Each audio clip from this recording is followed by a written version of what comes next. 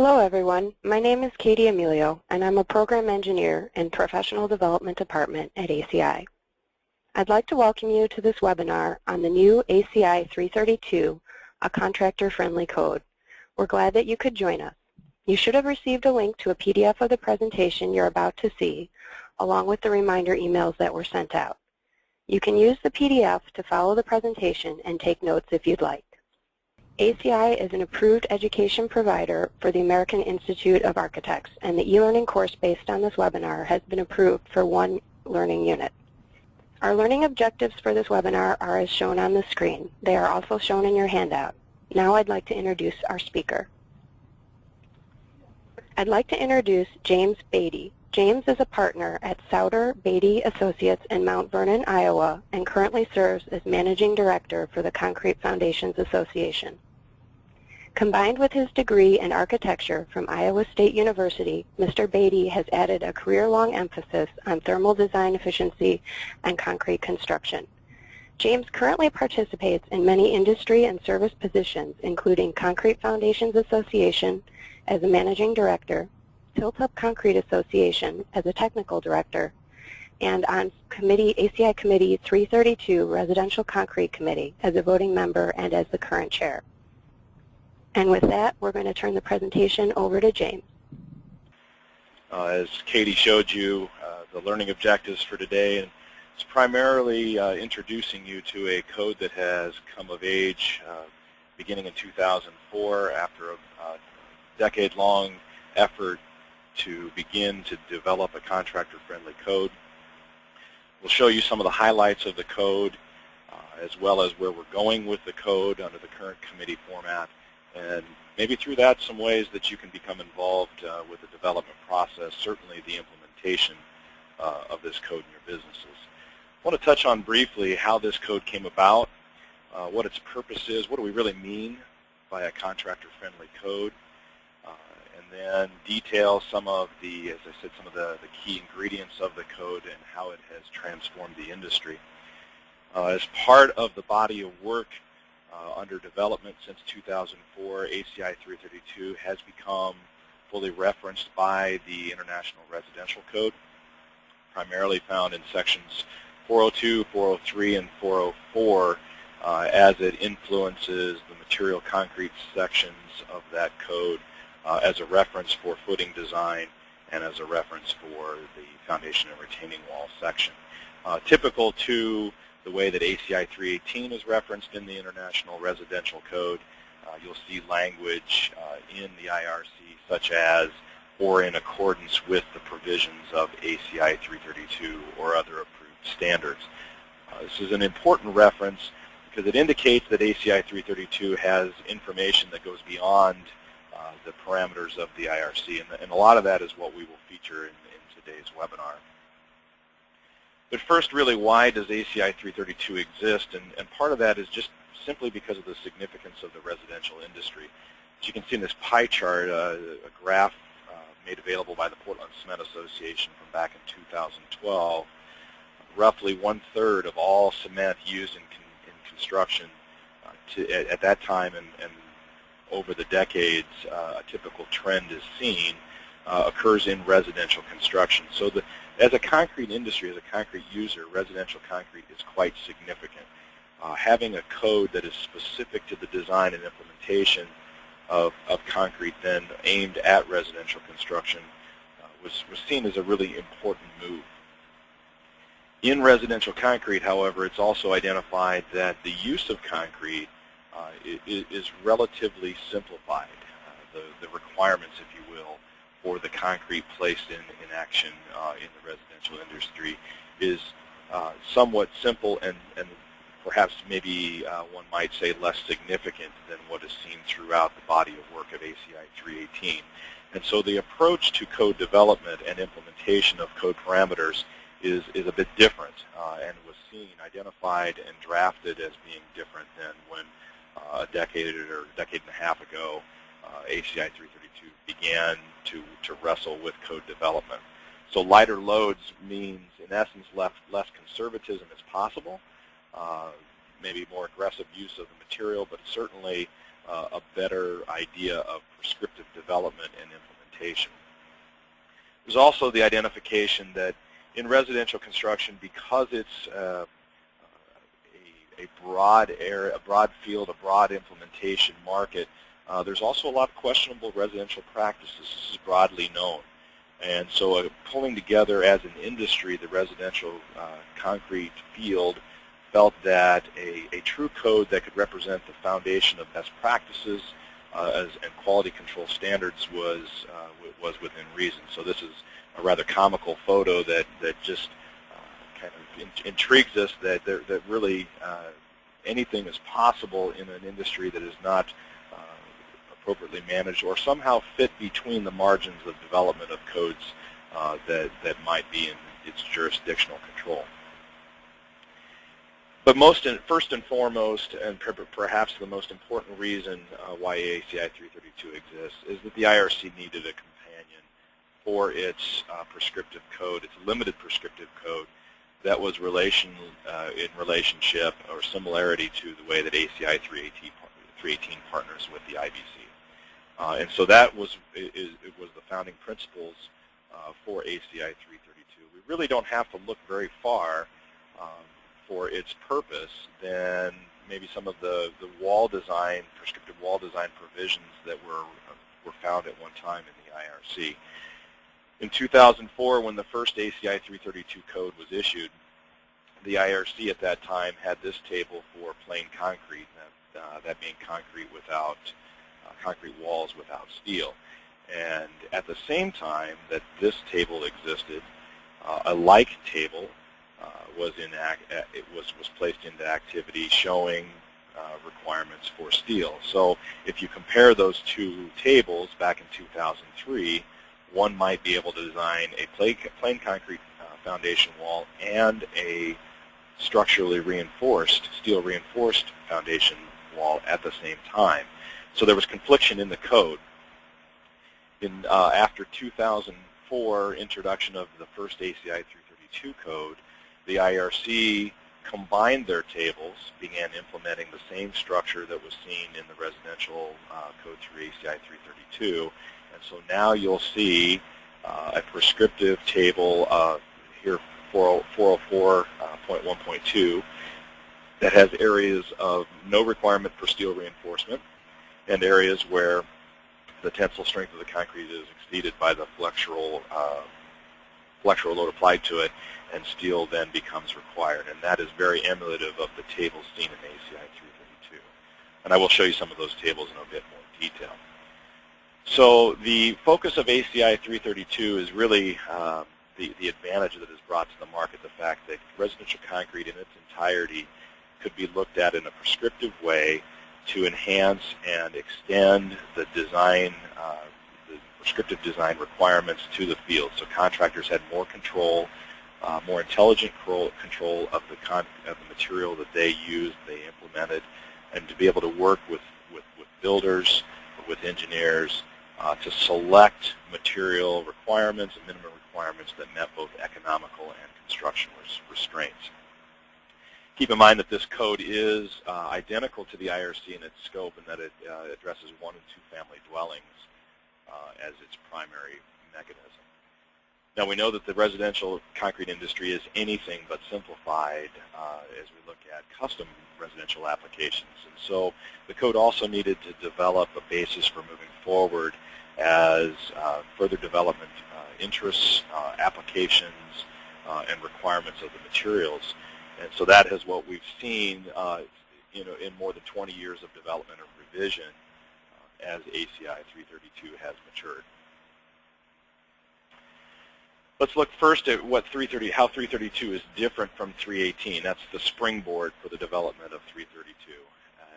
And as ACI 318 and ACI as a whole became interested in seeing the simplified structure of residential concrete move from the general concrete code to a specific residential code, there were some primary areas targeted for difference. In other words, less conservative approach to the material requirements. Primarily, those are found in Section 14.3 of the 31811 and 22.6.6, where really the tensile strength of plain concrete was permitted to increase. The minimum area of vertical wall reinforcement was maintained at 0.067 square inches per linear foot of wall as crack was achieved, but prior to that point, the minimum area of steel was relaxed.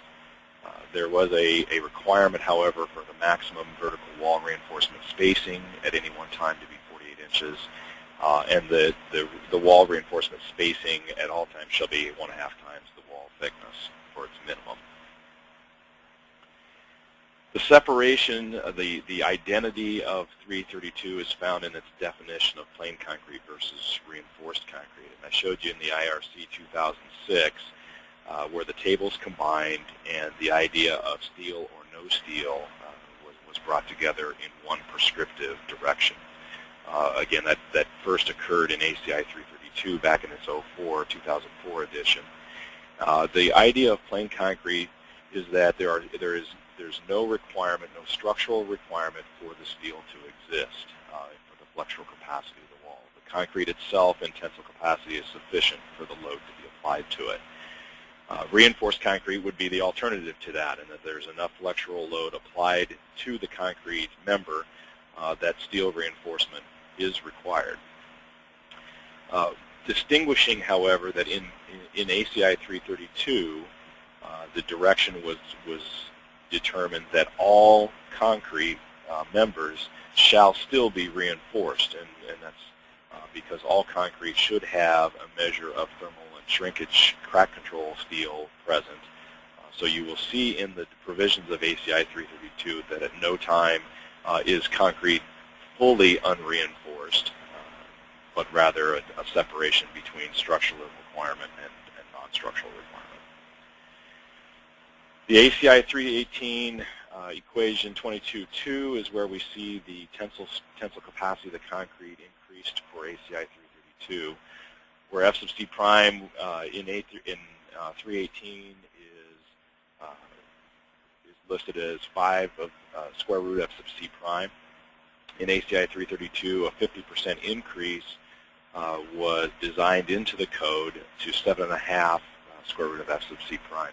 And this is a response to the empirical evidence assessing the residential concrete market, looking at the number of foundation walls installed annually, looking at the failure mechanisms for those walls, where they existed, and the relative performance of walls to load, showing that the concrete behavior was far superior than what the analysis of 5 square root F sub C prime was predicting.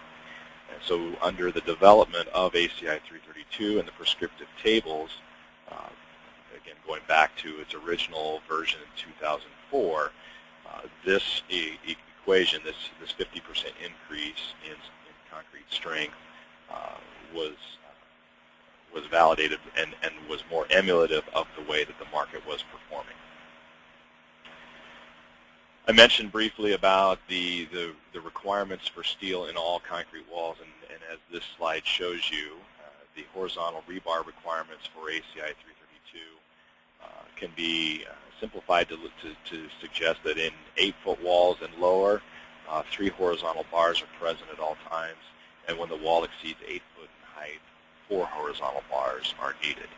And so the requirements of horizontal steel, even in plain concrete walls, is quite important to ACI 332 to prevent and to control cracking.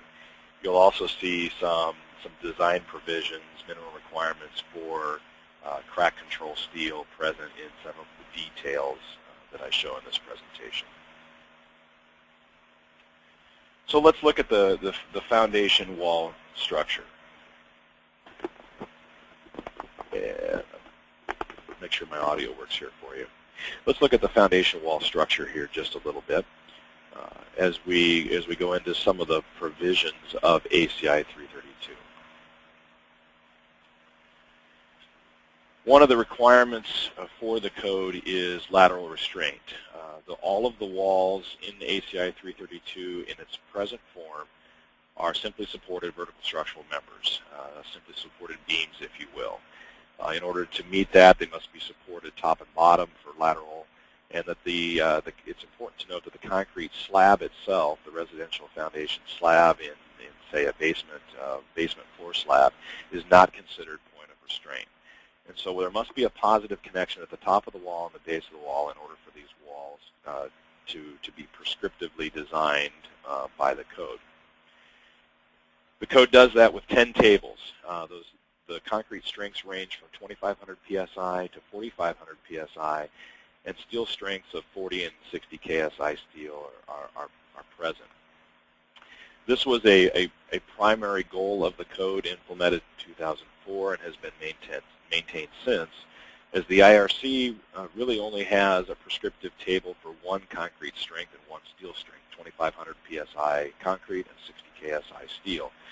And so any variation of concrete strength, increase in the number of sacks of cement used in a mix, or any alteration to the availability of steel strength requires the user to then to go back to an engineer for a modification of those prescriptive requirements.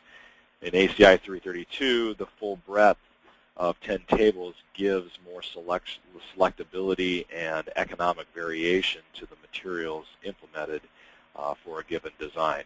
One day a contractor may have 3,500 psi concrete as being more viable and using 40 ksi steel, and another week perhaps a stronger concrete mix or stronger steel availability might offer the customer a more economical mix, still achieving the same structural integrity and performances.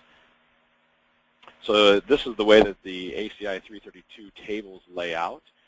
This is the 2,500 psi and 60 ksi table, very much the same table that you find in the current IRC. And you'll see the areas that stand out where the plain concrete, no vertical steel requirements, are shown and delineated by the white and plain labels. And then everywhere that you see numbers and gray boxes is where steel shows up, being the horizontal spacing of those vertical steel elements. And the tables traverse then through, as the concrete strengths increase. This is the 3,500 psi table with the same steel strength, and then the 4,500 psi concrete with steel. And as you move through those tables, as you would expect, as the concrete strength increases, the amount of structural steel or vertical steel requirements decreases, but never fully goes away as we go to taller walls and heavier soils.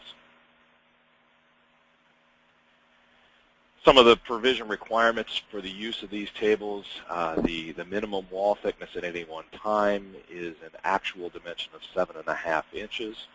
In the industry, this is a nominal 8-inch wall, allowing for the wall systems, the wall forming systems that have patterns in the exterior surface. So the minimum structural wall thickness at any one time is 7.5 inches. Or in 4-foot walls, maximum 4-foot high walls, 5.5-inch minimum is allowed, or a 6-inch thick wall. This is still one variation from the IRC that, as a committee, ACI 332 is looking at for the future, is expanding the acceptability of 6-inch wall thicknesses, getting into 4-inch wall thicknesses, and increasing the heights of the walls beyond 10 feet. Primarily low seismic zone areas has impacted ACI 332, stopping at seismic categories of C and below.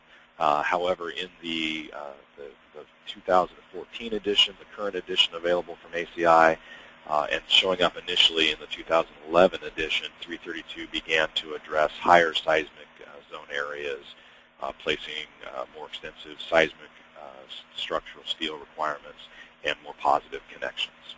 All of these walls are cast in place.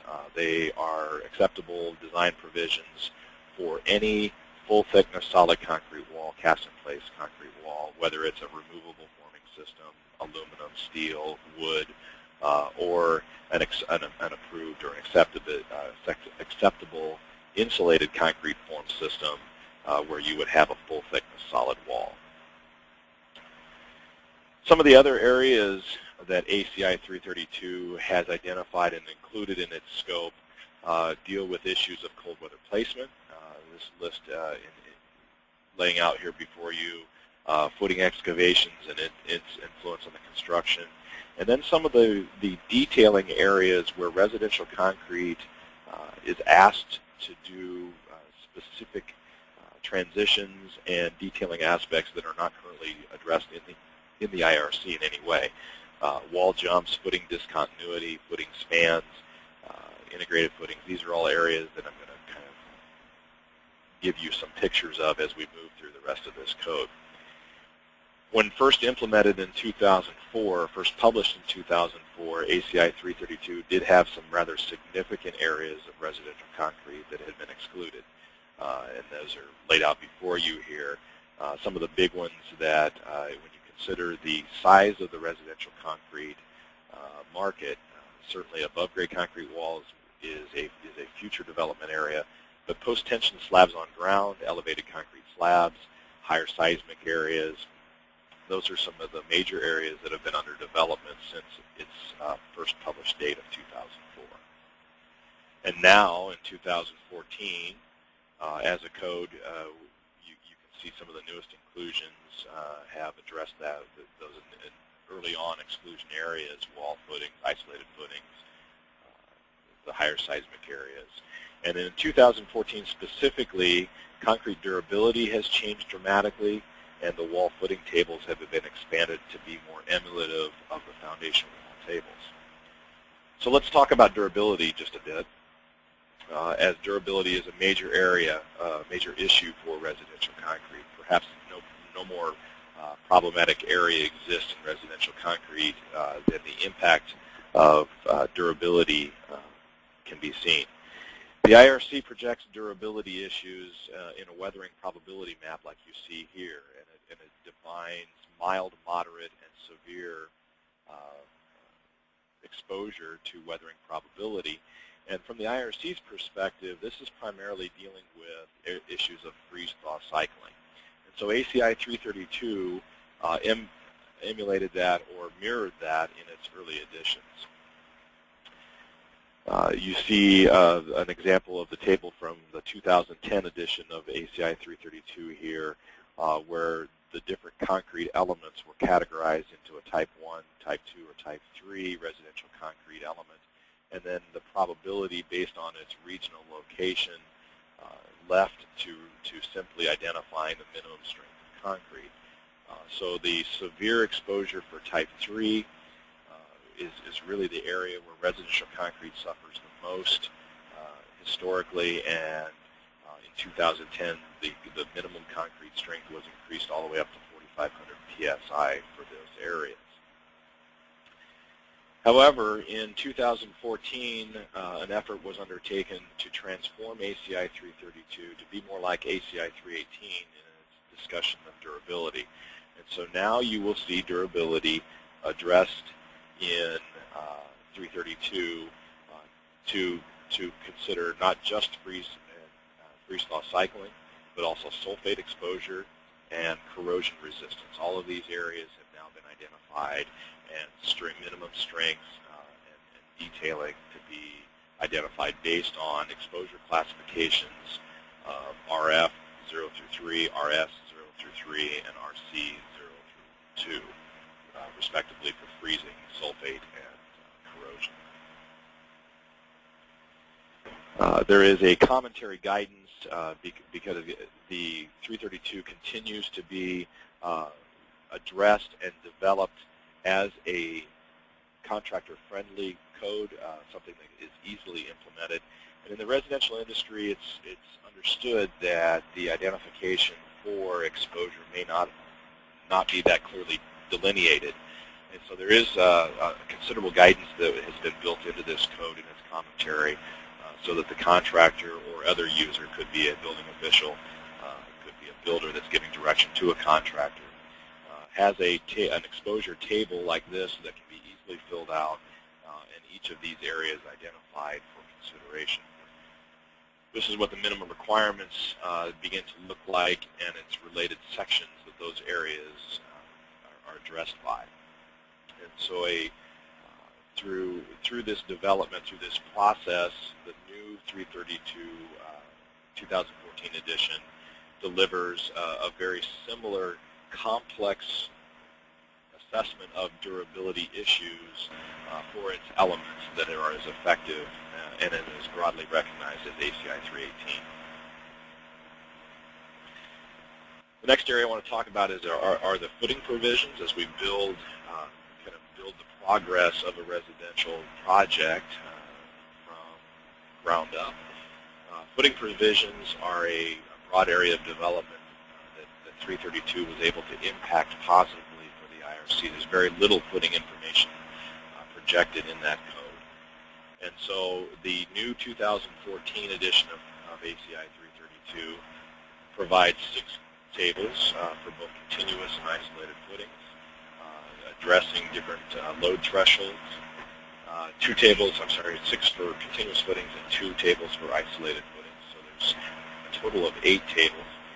This is, as I said, a significant departure from IRC because it begins to then give a very broad prescriptive control of footing design over to the design team that is not present in IRC.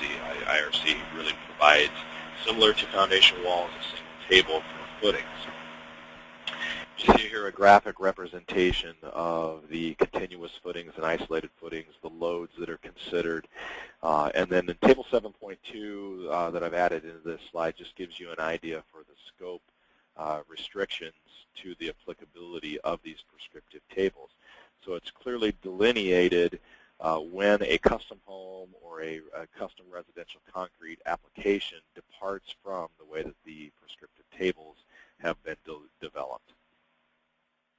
This is an example of one of those tables, a light wall load, dead load of 15 PSF. You can see the resulting roof live loads that are applied to the structure, as well as the significance of the structure that the residential wall and the footing then is carrying, results in a varying array of required footing widths, all the way from 9.5 inches up to and exceeding 27 to 30, even 36 inches, depending on the combination of load and the lightness of the soil-bearing capacity. Here's an example, another example of the interior footings for clear spans and how those are affected by the variation of the structure and the load paths. Now footings, just the size of the footings and the detail of the footing, the capacity of the footings is not the only thing that 332 addresses. It also begins to look into specific detailing areas, detailing considerations that are not addressed by the IRC, to give the contractors some firm code guidance on how they should address these areas. For instance, penetration of a footing, very common in residential construction for drainage. Footings are asked to span these conditions significantly in the industry. So ACI 332 developed 2 different positions on footing spans. One would be a penetration, as I showed in the previous photo, and another area might be a trench, might be a vein, a soft area of soil, or an area where the footing itself might be considered unsupported by the soil capacity that is present in the rest of the structure. In both these cases, 3-foot maximum spans are permitted, reinforcement that extends into the concrete on the other side so that the load capacity of the footing is maintained across that gap. Now, realizing that the foundation wall also acts as a deep beam to span this setting, but ACI 332 doesn't rely in this specific condition on the wall being a beam and rather treats the footing itself and turns it into a beam condition. One of the more common areas for detail guidance in the residential industry is that of a wall jump, a stepped footing, if you will. In the residential industry, it's very common for garage foundation walls to be to be no deeper than the required frost depth of the area being developed, whereas a basement may be 8, 9, even 10 feet below grade, sometimes even greater than that. So at these conditions, there's typically a wall jump, and as you see here, based on the IRC, the requirement is for footings to be continuous throughout the structure. And so if you have a formed footing or an excavated footing for a basement, stepping up to a shallower garage foundation, the IRC would require the footing to be continuous through that section. The reality is that in construction, the form modules that are used, it's not always effective in their application. You see this continuous footing from basement footing up to garage footing results in a gap and an unsupported wall. If we're requiring the continuous footing to support the wall or to contact the wall, here you would have, in essence, evidence of an unsupported wall or a discontinuity, a disconnection. So practically speaking, ACI 332 implemented a wall step criteria or a discontinuity to the footing, and provided that the discontinuity between the upper and the lower footing is no greater than 4 feet. Again, the wall can perform as a deep beam. It's reinforced at the top and the bottom of the shallower section of that deep beam, and a reentrant corner crack control bar is provided, so that the contractor has prescriptive requirements for the additional number 4 bar required to develop this performance. The result then is much more in step with the footing modules, the forming modules that the contractor has at their disposal, again, no matter what the forming system. And very cleanly, the excavation requirements for suitable OSHA safety can be maintained without being overly complicated then for the contractor to finish the project from a geometry perspective. And this provision, there are provisions in ACI 332 for this in both in plane and out of plane, as you see in this photo. So that's been an area of quite significance of an improvement in direction for the contractor. I talked at the beginning of this presentation about the requirement for foundation walls to be simply supported. So footing connections is an area of importance in the development of ACI 332. The loads applied to foundation walls as they are backfilled, these walls are required to support considerable pressure at any one time. And so once you exceed a 4-foot backfill height on a wall condition, these walls need to be restrained per this code. They can be restrained using a continuous keyway, as detailed here in section 7.3.4, or a dowel, as you see here in the second half of 7.3.4. Dowels probably are the more common method of restraint at this point in time. They're the easiest for contractors to use. They're the easiest to inspect for the code inspection and building code industry. These dowels must be a maximum of 24 inches on center, must extend 6 inches into the footing and 12 inches into the wall.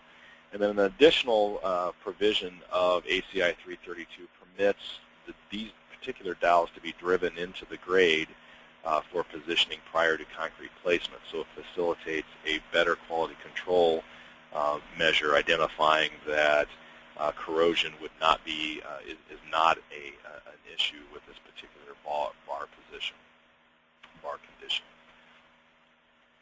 Wall detailing is another area that ACI 332 has been influential on the industry. You see here considerable creativity in brick ledges, whether it's a curved wall or a stepped foundation, and there isn't very easy guidance given in the IRC for how a contractor is to maintain structural performance of a foundation wall using brick ledge. And so it becomes very clear in ACI 332 that the top of any foundation wall can be reduced in thickness down into 3.5 inches for a maximum height of 24 inches, using reinforcement, as you see here, very similar to the dowel condition for the footing and foundation wall connection. So one might ask then, how do you handle the deep steps on foundation walls that are seen in a lot of the common wall designs of the custom home market? An ACI 332 with this maximum height of 24 inches and then a minimum wall thickness of 7.5 inches, the relationship requires you to increase the wall thickness into the 9.5 and maybe even an 11.5 inch thick walls that are prescriptively found in the tables. Wall connections is the next area I wanted to kind of detail for you, realizing I'm moving rather rapidly through this code in our limited time that we have together today. Wall anchorage at the top of the wall would be the next most important feature. An ACI 332 addresses that both from a bolts and a straps perspective, as the current IRC recognizes anchorage as a general category. Still the most common is the anchor bolts until we get into high wind areas where straps might be more prevalent. But this is an area of very important development for the practicality of the performance of top-of-wall connection, realizing that residential foundation walls are most often connected to wood sill plates. The spacing of the bolt pattern or the anchorage pattern is critical then to maintain the strand performance of that wall plate. In 2006, the IRC came out with a modified table, as you see here, where the anchor bolt spacings at the taller heights and the heavier soils was all the way down to 9, 10, 7, even 5 inches on center. You can imagine the perforation of the strand performance of that sill plate as those bolt spacings decrease to such another narrow pattern. ACI 332 began to back that off and be a little bit more practical with the combination of wood performance and concrete requirement. You'll see just some of the minimums that are set in place, maximum spacings of 6.5 or 6 feet on center, minimum diameter of anchorage of ½ inch bolts, and otherwise very similar minimum requirements that you see in the current IRC. Just for brevity, I've not shown you the new bolt spacings that are found in ACI 332. Those are something you can find very easy once you obtain the document yourself or follow up at a later date. Lintel beams is an area that ACI 332 currently details like you see here, and is a major area for development in the 2017 edition that is currently underway at the committee. Current lintel beams are limited to a 40-inch exposure width. You quickly see that egress is not addressed in an ACI 332, allowing window openings of 48 inches or more, and we see a lot of walkout conditions or sliding door provisions, French door provisions, where a concrete lintel might want to span 60, maybe even 70 inches. And so there's a combination of existing information you see here, as well as a much broader approach that is underway in the code. Additional provisions that are of interest and are found in ACI 332. A very popular area of conflict in the field is that the surface condition of the reinforcement.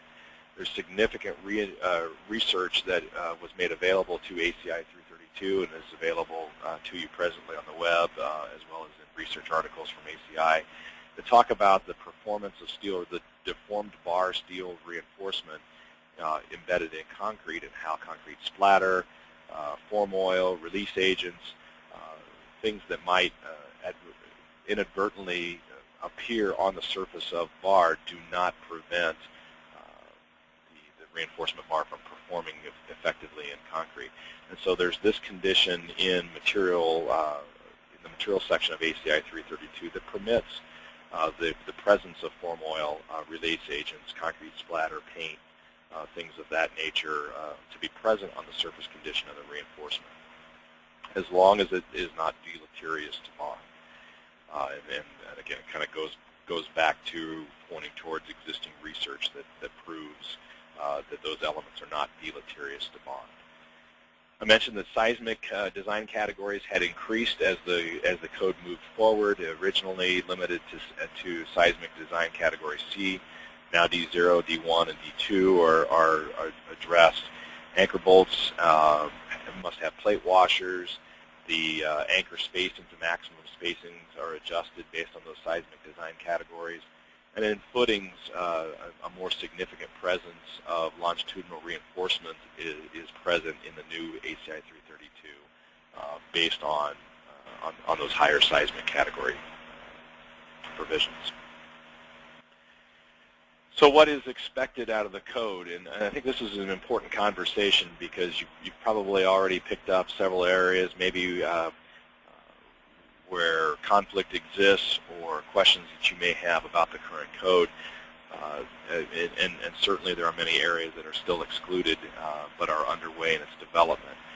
A more thorough depiction of insulated concrete form systems, certainly the systems that are defined by a waffle description, as well as consideration for a more post and beam, a screen grid system, are underway.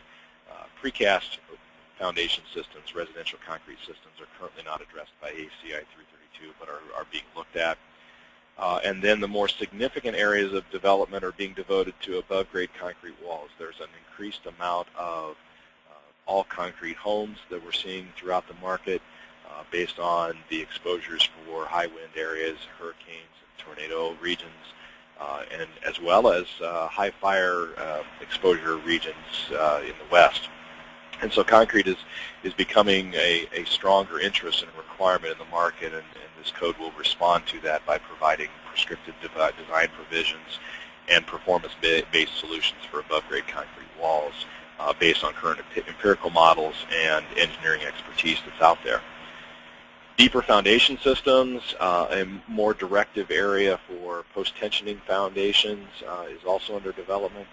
Elevated concrete slabs, we see an increased number of concrete decks extending off the backs of today's custom homes, as well as the material areas, development for fiber reinforcement, micro reinforcement, different ways of looking at steel reinforcement requirements, and then into taller and thinner foundation walls, as I mentioned earlier. And then continuing to be very efficient with the materials that are out there, looking at a more moderately reinforced concrete design and how effective is the combination of steel and concrete to the residential market in relationship to the performance, to a more performance-based solution for the design criteria. We're also looking at walkout foundations, or what many areas of the market describe as view-out or cripple foundations. That is where a foundation wall may not be directly supported at the top of the wall by a lateral restraint, such as a floor deck, but rather have a more of a cantilevered performance up 4 feet or so, and then a cripple stud wall that finishes out the height of the foundation wall up to the floor deck. Those are areas that we're beginning to look at. And then I already mentioned lintels for compliance with egress requirements and greater wall areas. So I believe I'm right on time. I've left us about 10 minutes for Q&A. I appreciate your attendance to this, and Katie, I'll turn it back over to you. Okay, thank you, James. At this time, we're going to go ahead and answer some of the common questions that were received. So one of the first questions was, even when there is no requirement for vertical reinforcement, are you still required to have horizontal reinforcing bar? Yeah. Part of the question included that there was mention of 3 bars, 8 foot and under, and if there is, what would be the size of these bars? Good question. Yes, in fact, that is a common question asked in the ACI Residential Technician Certification exam, because all walls, according to ACI 332, should have horizontal steel. The horizontal steel is a number 4 bar requirement. As the question proposes, 8 foot walls and less have 3 horizontal bars until you get to a 4 foot wall height, and then you would be permitted to have 2 bars. and then anything over 8 feet tall up to the 10-foot current cap requirement of ACI 332 would have 4 bars. Okay, thank you. Why is there a requirement for maximum slump? The attendee mentioned that they run a lot of residential wall and footing mixes at an 8-inch slump. Another excellent question. One of the most common areas of concern in residential concrete is high slump, and that's primarily because there's questionable practice through part of the market for high water content.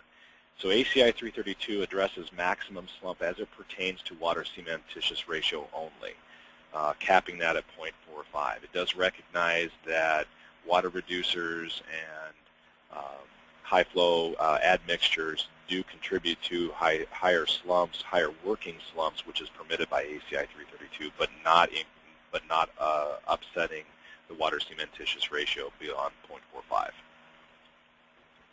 Okay. Another question, is there any specification for mechanical connections, for example, steel connections, and that would be in a precast wall application? Excellent question. Not yet. That is an area under development. One of the concerns for ACI 332 in these first several editions has been maintaining a focus on concrete design only. So there is current discussions as to when do we leave that and begin to consider connections to other materials, or do we simply provide the reaction requirements of other materials, steel connections, wood connections, that they must accept from the load transfer of concrete. Great. Are there any control joint requirements in exposed walls? Another excellent question. Great questions from the group. At this time, no, and that is because of the minimum requirements, or the maximums that are placed on the restrictions to the applicability of the prescriptive tables. The wall lengths are such that the wall lengths are limited to a distance that would not require a control joint. So if you then read between the lines of the current code, a control joint would need to occur once you exceeded that maximum length. And so you can expect ACI 332 to begin looking at then how does it prescribe the detail of those control joints. Are there any provisions in ACI 332 for flood-resistant design or not? My answer to that would be not at this time, other than the recognition of load applied, soil load on the foundation wall. So if you were in a lighter soil area and equated the flood load on the wall to be more emulative of the higher soil loads, then you would have a relationship possible to you. Flood exposure is something that has just started to come up in the committee. I perceive that some of our restriction, however, is lack of expertise at the present time at the committee level, and so we're, as chair, I'm also looking to grow the participation in the committee to be able to enter that conversation. Okay. Will the 2017 version of ACI 332 address newer concrete systems, including aerated concrete block? The 2017 will not likely address aerated concrete block because there are other committees that have some of that knowledge. We are liaisoning with those committees, and as we go above grade with the residential code, then we do perceive that conversation will come back. But the scope of work that's been identified for 2017 combined with our limited expertise is keeping us from that conversation. Okay. Next question for you, James. Regarding the use of straps versus bolts for wall foundation anchorage, do you see the performance of straps exceeding the performance of a bolt and bearing plate washer system? And are you aware of any research available on this topic? I've been exposed to research on that topic, and I do believe that the research that I've seen shows that anchor straps are superior to bolts and plate washers. However, there's also a direct relationship to the method to which straps are used, and that's a big question when the conversation of strap use enters the picture. And so it's harder to deal with that at the current time in the code until such time that we can begin to look at connection to other systems and how do we specify those requirements. Okay. Next question is, even when vertical reinforcement is not required by table, is there still a minimum that must be installed, and what is it? No. If there is no, in those tables, both IRC tables and ACI, the IRC table and the 10 ACI 332 tables, when it says plain, or in IRC it uses NR for none required, there is no vertical steel present. The horizontal steel only, and there would be no minimum or maximum spacing for a vertical bar because we're not relying on any bar for tensile capacity.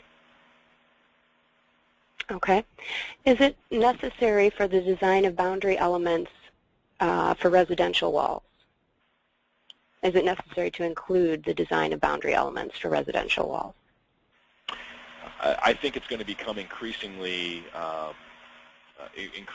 important, again, as we wrestle with the connection, the performance of the residential walls in relationship to the entire structure, and the reality that as we go above grade with concrete design in the code, there's going to be an increased comparison to alternative systems. And so defining and prescribing the boundaries, the boundary requirements, I think is going to be increasingly important. Related to that, are there provisions to address wall corners and how they impact wall spans and reinforcing? Yes. Yeah, that is, that's been an area of considerable debate at the committee level because both the contractors and practicing engineers on the committee recognize the benefit of corners in reinforcing, and that's part of that empirical evidence that has worked to increase the tensile capacity by 50% of the concrete. And that will continue to play a larger role as we move into more defined or more definition to the concept of moderately reinforced. What do you see as the biggest needs for contractor involvement in the further development of this ACI 332 code? Excellent question. We're working very hard to increase the number of contractors that have involvement in this committee because they're the ones that can identify the detailing questions that come up, the gaps, if you will, between current code guidance and the requests that are being made and the designs that they're given. They also have the best opportunity to identify to us the conflicts that exist between implementation and investigation. So it's essential for us to have contractors in the conversation that continue to push us to wrestle with these issues of making the code address a broader part of their market. Okay, great. Thank you, James. Just like to make a few closing comments here as we wrap up our webinar. Please remember to fill out our brief feedback survey that will be emailed to you shortly. And if you are looking for continuing education credit, be sure to register for the course and take the quiz online at www.acielearning.org. The quiz is made available now, and a certificate will be emailed immediately upon your successful completion of the quiz. This concludes our webinar, and we hope you enjoyed it. Thanks again, James. Thank you.